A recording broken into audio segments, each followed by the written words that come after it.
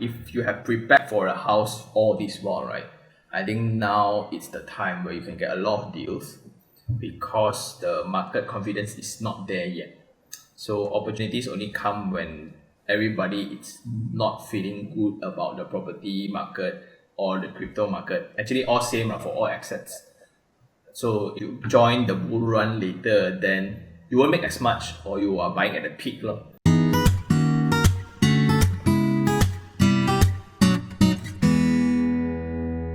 Welcome to the iSearch podcast. Today we have Sean, also known as iherng, on the show. So an interesting fact about Sean is that he has reviewed over 200 properties in Malaysia and have also seen over 400 sales units so far. So today I'm discussing with Sean on property investing as an entrepreneur. So welcome to the show, Sean. Welcome. Thanks for having me, man. All right, so let's begin. So could you share what is the impact of COVID on property investment, and also how does it affect the price? When COVID happened, it distinguished different classes of investment. So if you look into residential portion, commercial, and there's this type where it's student accommodation and tourism. So tourism that also focus on Airbnbs. So those are hit pretty hard because everybody just got locked down. And we can see a lot of homestay businesses suffered a lot. And a lot of business-oriented residential, which is also people that rent to rent and do sub-sales, all those also suffered. Student accommodation as well. So when I say when it's good to a certain extent, when we look into residential, and so those are pretty resilient, like PJ, Cheras, all those, because people stay at home, then people now think that they can focus more on investment for a home. Because since I'm staying home the whole day, so might as well invest in a home office and choose a better home, right? And I don't need to travel to office as much. So that segment pretty much is resilient. So if you think that the market is good, you're right. If you think the market is bad, you are also right. So it really depends on which segment that you're looking at. Like warehousing is doing excellent. Then commercial shop offices, then those suffered a lot because offices somewhat becomes redundant or too many in the market. Then a lot of corporates are right sizing their offices. Instead of 30,000 square feet, now they need a 10,000 hot desk system that is closer to convenience for their staff. So the people only come in for meetings, therefore entire usage and definition of a workspace also change. But personally, I have been very bullish on the market where the lockdown, I'm trying my very best to acquire as many as possible. And because of this COVID thing, developers are also worried. So when they are worried, material supplies are very, very costly right now. Like the door frames price has quadrupled, aluminium door frames, and they give quotations based on weekly validity. If you sign today, then it's only valid for a week, which is insane and never seen before in the market. Because of that, supply will be restricted. And when supply restricted, I guess when the confidence come back in to the market, right, there will be a shortage for a while. So you can see there's a huge decrease in brand new launches, but you can still see a lot of remaining projects around the market. So personally, I do think that because of the shortage of supply, but the government keeps pushing, give incentive to buy, low interest rate. Therefore, I'm pretty positive with the overall property market. Okay, and just like you mentioned that during this lockdown period, I mean the COVID period, this past two years or so, you have been trying to acquire properties. So do you acquire properties that are new launches where, say, the material price is higher, so the price might be higher, or do you negotiate on sub-sale where you may get a deal? Personally, I am getting from generally all new sub-sale not yet, because I still find value in new ones.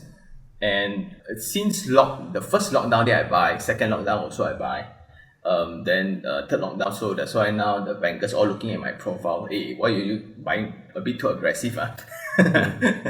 So I'm buying all new ones, and that is because of my channel of buying also. So I'm buying direct, some I'm buying via a property investment company, which is indirectly bulk purchasing, also known as. Okay. But for people who don't have, say, access to like bulk purchase, would sub-sale makes more sense to them because they can possibly negotiate a lower price like during this type of pandemic period? Well, it depends. Several things like people prefer sub sales because of certainty. Like if you're not good with forecast, you don't read drawings, or you're not as updated with the development plan of a particular address, right? Sub sales gives you that certainty where your neighbor is 700,000. You won't go so wrong if you're buying at 680, right? The rental is 3,000 next door. You won't go too far off with your rental of your unit. So with all those facts, especially the interiors where you get the actual view instead of people forecasting or level 32 facing north, what do I see? I cannot imagine. So that's one thing, certainty. And the other is whether do you have capital or not. A lot of people, it's very casually, you want to buy sub-sale, right? But a lot of people forget that you need around 18% just to acquire a sub-sale property. And what does that mean? A 500,000 property, you need 90,000 cash before renovation. And in this current pandemic, everyone is all very tied up, and you somewhat want to cough out 90,000 for just to own the house. We haven't even talked about renovation and things like that. So that has become the big hurdle. But it's not a problem for industrial properties. It's not a problem because companies, as per se, they have. If you are cash rich, then it's a perfect time to acquire assets. But if it's for average Joe like me, myself, if I can walk around with 100 over thousand in my bank account, I wouldn't go for a sub-sale. I will go and do something else. Understand. Okay. So speaking of that, should entrepreneurs invest in properties using their own name or company name? So it depends on several things. One, it's your risk appetite and what's your goal for the investment. If your plan is to buy one or two, that's about it, then it doesn't really matter, right? It's personal that you get, because the main crucial thing here will be financing and quota. Every individual are given 2 slots of 90% loan for residential properties. So if it's for seasoned investors, what they do is they set up a company just to acquire properties. So they can get more loan, or they can avoid more tax, or they can just recycle the 90% slots. That is one way, but it has been clamped down recently, so already. Then the other one would be the company itself. So are they buying for their own use? Like they are buying warehouses after warehouses after warehouses. So if you are buying a commercial property always, then it makes more sense to use a company, because ultimately it's still 85%, 80% sometimes, right? But if you buy a residential property, it's also 80% if you use a company.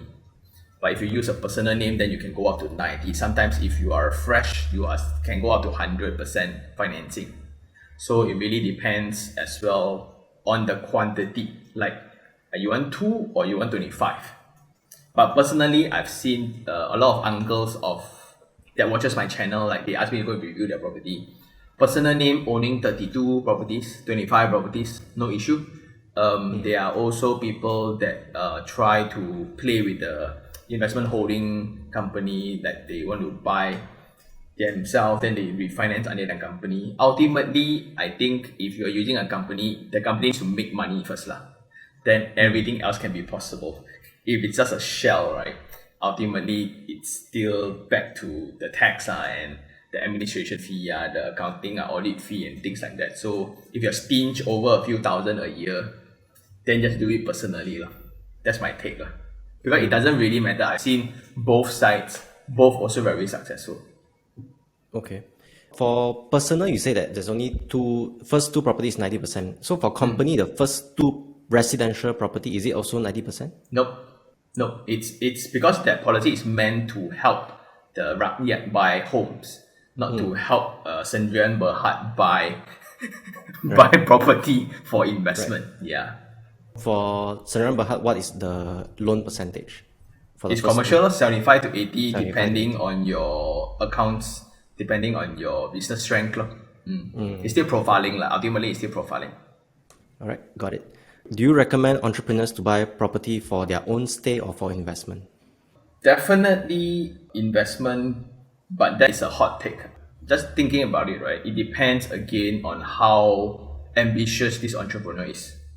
Like if you want to venture overseas, if you want to go really, really big, cash flow is top priority. And if buying real estate, right, it's totally in a different direction. So then you really need to consider like why should you acquire such a commitment and burden yourself instead of you having that ease of cash flow to try out different products, try out different marketing, try out different strategies to enhance your business. So that's a huge debate. So in my take, if I'm a young entrepreneur myself, I will not acquire real estate. The main reason, like I tell people why I buy when I was 22 back then, it's I was working for somebody else. So as confident as I know the sun will come out tomorrow, by 28 the salary will come in. Yeah. So certainty and security is on my side. That's why I am very bullish, right? So if I'm short on that month, I can ngak a little bit. By the time the salary come in, I'm still fine.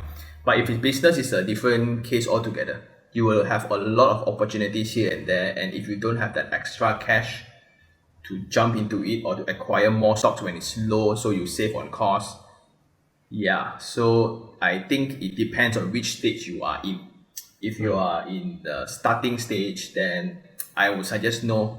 But if you have made it, right, then do you want to expand? If you expand, yes. Then if you want to start enjoying some of your fruits, right, then by all means, but I would still suggest investment first because again it ties up a lot of cash. So if it's a property that you rent out, there's still cash flow, not as bad. And the worst thing is an entrepreneur starts buying and living the lifestyle for their income. Suddenly when the business do good, they live in a mansion that's 17 million. But when business go down, right, banks are not going to care. So every 7th or every 30th, the bankers will call, hey, your installment is up to date. And it's very difficult to exit as well. So the burden of a property is the transaction speed. Like the process takes easily 6 months, close eye. Right? Even I want to buy a property, I can only get it, you only get the cash like 6 to 8 months later. So like by 6 to 8 months, right, all the business closed down already. So that is the reality lah. And now we are blessed with all these new form of investments, like digital assets has become real after NFTs, then like cryptos and things like that. Again, there are so many other revenues besides real estate. But last time, only stocks, forex, gold, real estate. Even US stocks was so hard to reach back then, but now it all is via a click. So that's my take lah. But I mean, it's also because of like the typical Asian mentality that we have to buy our own property first, then only you go and do your other things and whatnot. But I guess Yep. maybe now the mentality has changed. Yeah, it's because of the technology that our parents didn't have lah. You think about it, like if my grandfather gives me his property today, I will not want it because the location of development has changed. Yeah, so like they give you a rumah papan, the zhou oak, like Chinese New Year, go back to the kampong house, right? Back then that was their life. But if you now give it to me, right? Okay, you cannot sell, it's going to be a burden to me more than an asset. I cannot rent it out, I cannot sell, then I need to come back and maintain every now and then, walao, right? And you have to renovate like name if you really want to Yeah, stay there. correct. So there's so much work to do. So that's why I think a lot about home. And unless you are pretty certain of your life, you are living your dream life really, then only look for a dream home. If you are still striving, if you are still trying to figure out life, right? All these are just going to put yourself in a very high pressure situation. So I would not encourage that as well. I think that a good indicator before buying a home for your own stay is, can you afford it twice? So let's say if the home is like 500,000, so if it's 1 million, can you afford to pay like the monthly installment? So if you cannot afford to pay, then most probably just go for rental investment first, then and put off the own stay for a later date. That's a good mark, but if everybody adopts that, right, then developers are not very happy lah. Because Yeah. houses are already so expensive, right? You double some Yeah. more, wow, the whole life no need to buy anything already. Yeah, I mean maybe that concept is for own stay lah, but if it's for investment purposes where you will get cash flow, you still can buy lah. Yeah, For yeah, me, yeah, yeah, yeah, yeah. I absolutely get it. So it's about safety factor lah. It's yeah. about safety factor. Okay. So for example, if the entrepreneur has already decided to put off the own stay for later date and decided to go for property investment, so what are some key tips to succeed with property investing where the rental income is higher than installment plus the maintenance fee per month? Well, that is the dream lah. Like for every property investor is to have a rental way higher than the installment plus maintenance plus tax plus assessment fee plus cukai tanah pintu whatever, right? That's the goal and that's the dream. But no one is willing enough to do the work. It means like these deals are craved by everyone. So when you come across such a deal, right? When only it's going to flow to you. That's number one. So access to these deals becomes a huge issue for investors. Therefore, a lot of people don't understand as well. Great deals are crafted, not found. So it means that when you see, like last time when I was an agent, so what I do is I will just squat in a particular condo and I basically know every resident in the condo. Then suddenly, hey, you're an agent, right? I am moving up to US, so I want to quick sell. So you only have fire sale situation. Because anybody now has the same access to you, like everyone has the same access to the same information. So why would someone sell below market value to you when I know the rental can cover? Why would that person sell instead, right? And that becomes a very big thing that a lot of people missed out. That's why if there's a lot of opportunities for bulk purchases then when they are dealing with unsold properties, meaning that developers that they already launched but cannot sell out, but they cannot publicly tell the world, hey, I'm selling at a discount, you all want to come and buy because the initial buyers will come and kill them if they say like that. So what they do is they go underground and they have private dealings with these bulk purchases. So that will be another access to get to all these properties.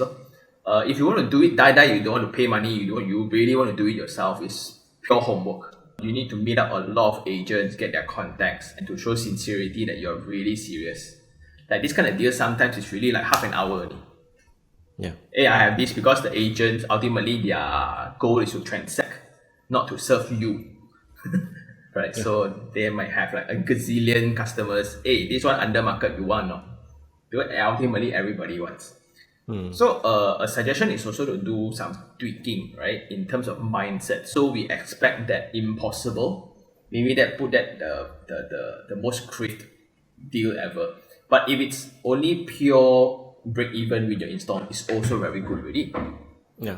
But if it's 70 to 80% of your installment, to me, you are taking the bank's money and invest, right, for free because the tenant actually pays off the interest for you already. That's another mindset that a lot of people choose to ignore. Ultimately, I want handui, I want make money, I don't want whatever, anything that I need to cough out money, I don't want. So that slows down your deal because of the impatience.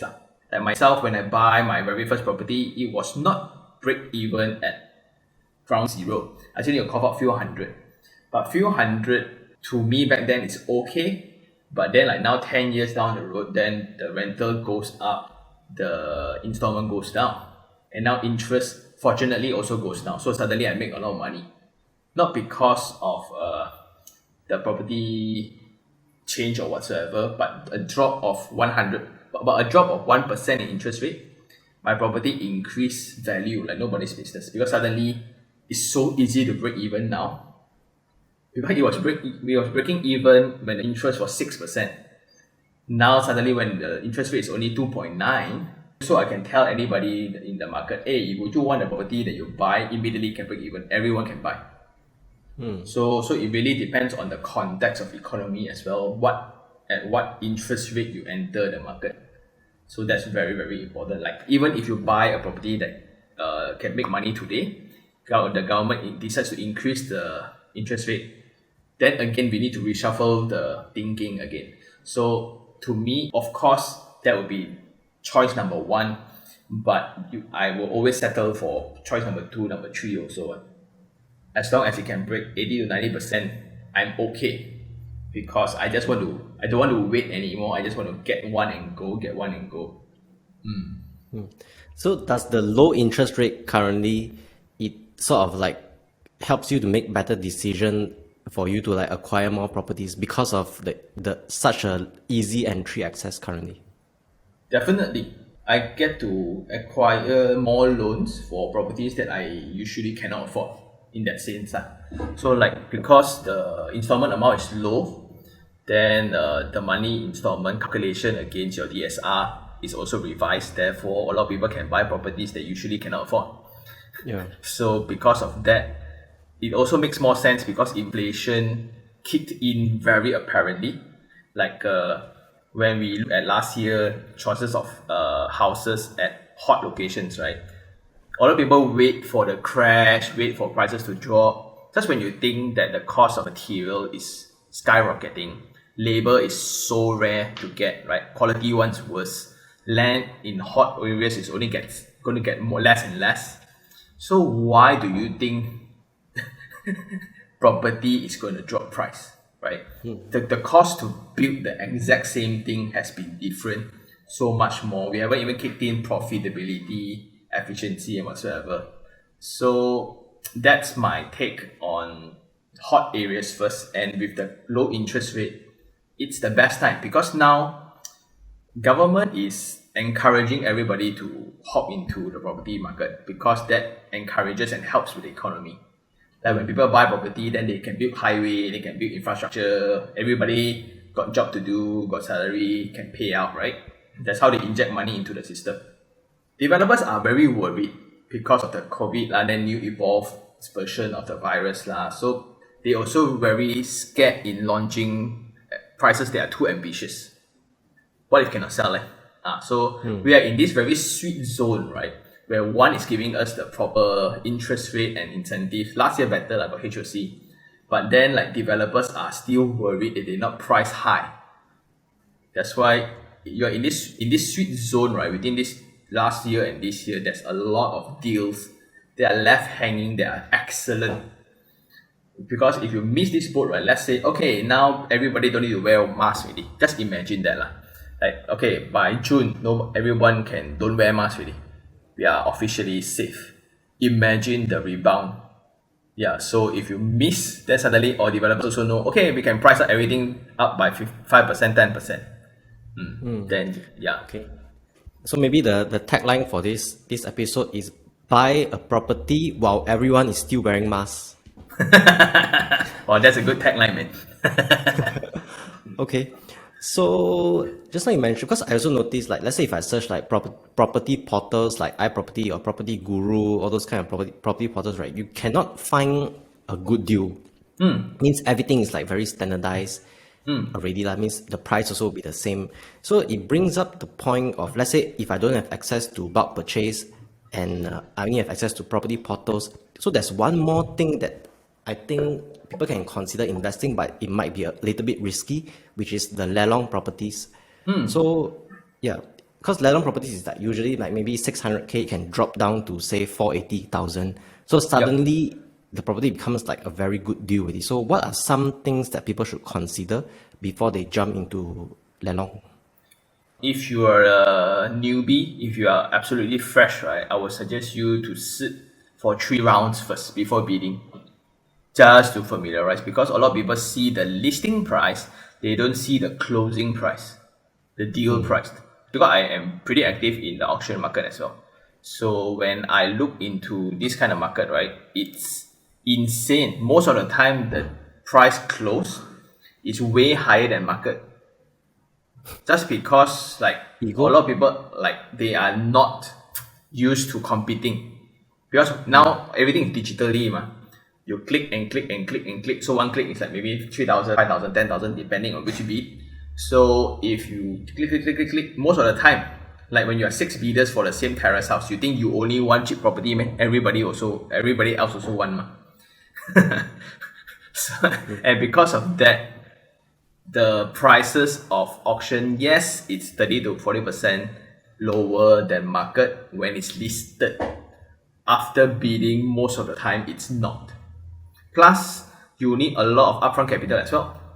That's why if capital is an issue like me, I still go for new properties compared to auction.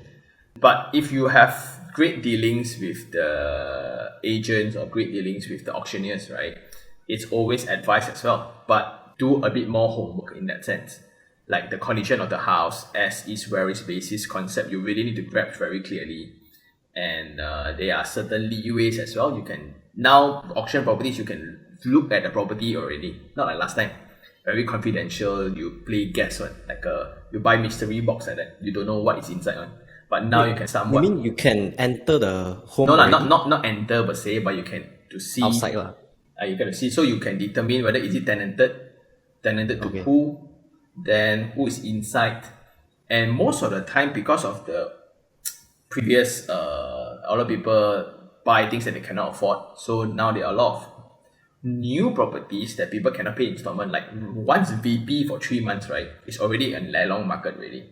So that's really bad lah. So a lot of people back then, lah, a lot of property speakers, they encourage this bulk buying, but no one foreseen COVID came. That's why all kind of suffered. So that leaves opportunity as well. Like you Yeah. get to buy a brand new property. Like the keys are still at the developer.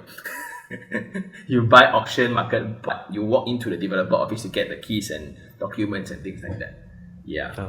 The risk is also much lower. You don't have to worry what the tenant has done previously or how much of yep. fees that have been unpaid, all this. Yep. headache. Absolutely.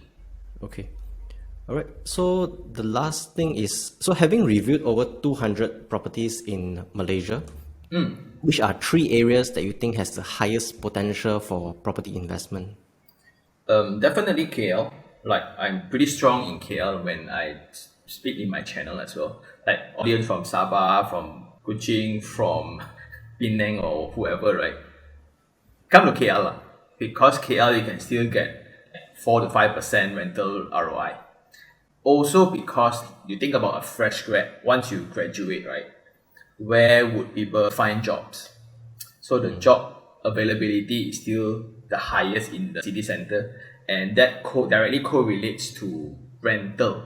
So ultimately, rent is the indication of demand for space temporarily. So you only would rent a place when you need it temporarily, which is like 2 to 3 years. So in areas where there are abundance of job opportunities, usually the rentals are very, very high. For example, Bangsa South. Bangsa South's ROI are way better than Bangsa. Then you think about KLCT, KLCC, right? A lot of people say that, oh, it will collapse or whatsoever. To a certain extent, yes, on a luxury segment like those 3,000 per square feet kind of thing, yes. But when you still have a lot of insurance companies, banking companies, construction companies around the city, right, they still need to hire a lot of labor. Therefore, rental is still pretty healthy. If you want a bit more risk, then you can choose like student accommodation areas and tourism areas. But COVID taught us that within this segment, the risk is very high. So the return is high when the time is good, but it sucks when times are like really, really bad. So it's big win, big lose also. So it really depends on what form of good investment that you're talking about. But basically, if you think about flipping, buy and sell within short period of time, no such dynamics anymore. So I would always encourage people to always look at rental rates. Because if the rental rates are healthy and if the rental rates are increasing, right? For example, like Tutamas is coming up very strong because it's next to Mont Kiara. And you look into Ambang also coming up very strong because you are actually sharing the same road with KLCC. Then Cheras also because of the MRT, and you are like 5 stations away from TRX. That's also a big market. Because of all this, right, rental will be higher and higher because the demand for space also increase. And when the rental increase indirectly, a lot of people don't see your capital appreciation for your property will also increase. because ultimately there's proper usage and things like that. Not like a lot of investors buy, then the whole building is empty. Yeah, so those are the locations that I would advise people to look at, where basically the rule is 山水. I'm like, it's talking about 风水 already, like mountain and river. So, but mountain here means population. If you see a lot of condominiums, a lot of office towers, right? Those are the areas that can demand high rental, and connectivity, which is the river part. So, are there MRTs? Are there proper highways and things like that? Ultimately, people pay for convenience. So these are the places where it can demand really high rentals, lah. Okay, very clear on the KL as the first choice. But what about Selangor? Any particular area in Selangor that you are bullish about? I'm pretty positive on Subang Jaya because the recent transfer to city status. That's interesting. Like I hang out at the Asia Cafe a lot last time because we play at the Cyber Cafe. But Dota now times. but you look at it, right? Now with the new highways, with the BRT, with the LRT, and the new elevated. So last time Subang Airport was the international, so now all local flights only. Then all the high towers coming up, and they are still constantly improving on the infrastructure. So that's magnificent from a property and architecture enthusiast, right? It's what level of municipal thinking that they can keep improving on the same infrastructure, more and more lanes. So instead of a traffic light, they build more, right? Then Wangsa Maju, it's borderline Klang Valley, right? I think Wangsa Maju is very interesting as well because of the new SPE highway. The new WCE highway also connects Klang.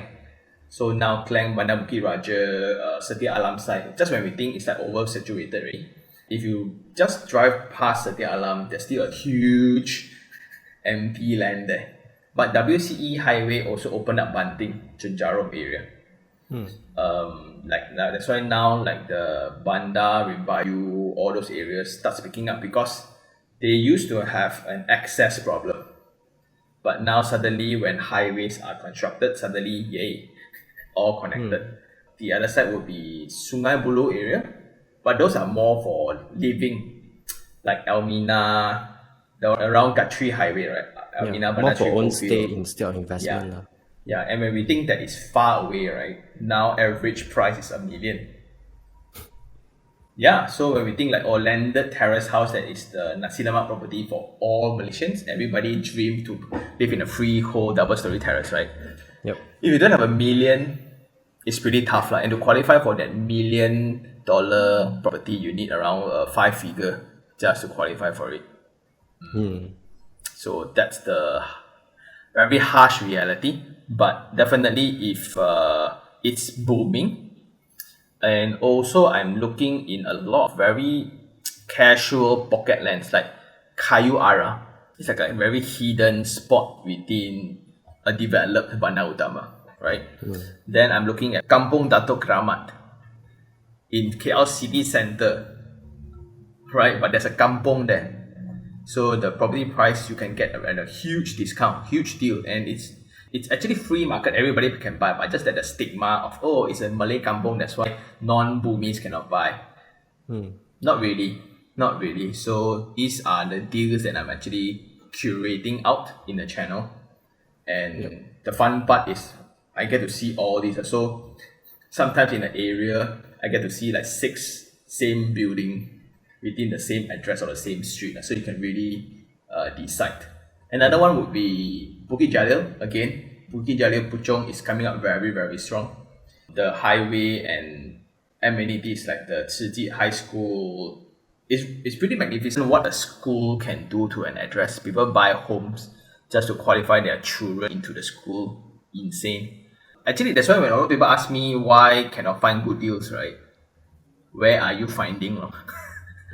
Or did you really go and speak to people around the market? Okay. And I think Bukit Jalil is interesting because like there's a new shopping mall in Pavilion Bukit Jalil. So would this mall indirectly increase the price around Bukit Jalil with such a strong CBD? Yes, because it's very close to where I stay, and I also shared that I bought a property right opposite before Pavilion 2 was completed. Everybody said that, a mall won't do nothing one lah, right? But suddenly when the mall opens, the entire shop lots in front of the mall all rented out already, all fully tenanted, and business is prospering.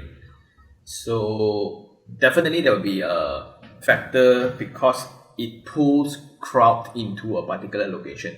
And when crowds all come in, then you have demand for spaces. And that's the magic about malls lah. So, but also malls highly dependent on the management. Like you have dying malls, right? If you look into research, right, we have too many malls in Malaysia. So that's also a problem. But then in these scenarios, you look at brands lah. Which brand stands out more? Like you got Pavilion as a brand, then cool.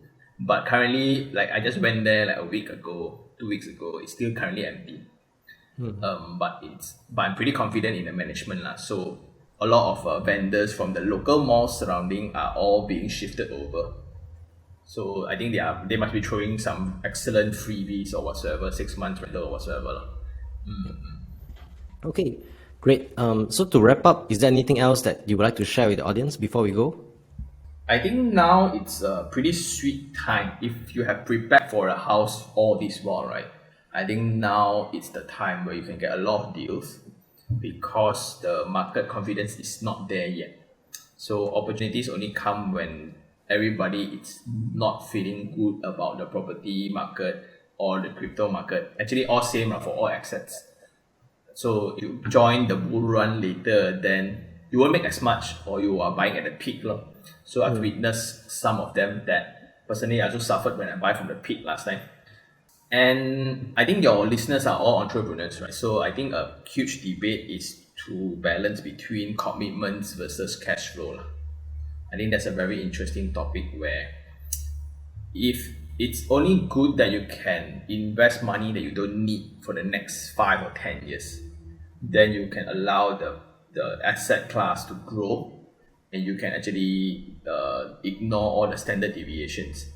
That market up and down, but ultimately, just like Bitcoin, like you go, when you say a huge crash, but it's like that only. So this is if you are native to crypto lah. So just like property, when you say it's crash, right? Where exactly got people crash property price? It's like maybe a discount of 5-10%. That's it. I don't see like a half price kind of thing. Half price is when people only offer 50% discount on the selling price but we look at market price, often the time people are confused with that as well. So that is something to think about if you are a striving entrepreneur. But if you have made it, by all means invest lah. Okay. Because most of the time it's people always, like seasoned investor will tell me how I wish I bought more 5 years ago. That's only because property will always be expensive lah, whether you like it or not, right? So it's never going to be cheap. So the cheapest time is now. I mean, like you say also, the material price is going to go up. So the developer is not going to like reduce the price any further. Yeah, anymore. ultimately it's also a business. Understand. So thanks for coming onto the show. Check out Sean's channel down below and I'll see you in the next episode. Thanks.